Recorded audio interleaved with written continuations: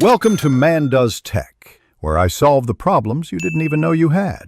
You start by isolating the circuit, switch off the breaker, and confirm 0 voltage with a tester. Once done, open the ceiling rows and identify the group of loop conductors, the permanent lives tied together, plus the single switched live and neutral. Make sure to label each conductor L, S, and N so you don't mix them later. This keeps wiring logical and safe. You're doing this now to ensure the next steps are straightforward, and to avoid guessing which wire does what. Now you'll make the connections. Keep the permanent loop bundle together in a separate terminal marked L so the loop remains continuous. This is why the loop is not directly on the switch output.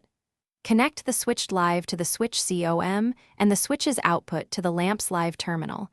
This completes the control path. Make sure neutrals stay joined and are not switched. This arrangement lets the switch interrupt only the live feed while maintaining the permanent loop for other fixtures. Finish by restoring power and testing the switch.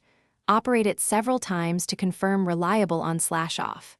If it doesn't work, switch off power again and recheck your labels, terminal tightness, and that the permanent loop bundle has continuity.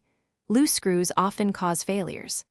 Once confirmed, tighten all terminals, neatly tuck cables into the box, fit the cover, and note the change for future maintenance. This final check ensures safety and prevents nuisance faults later on. Thanks for watching.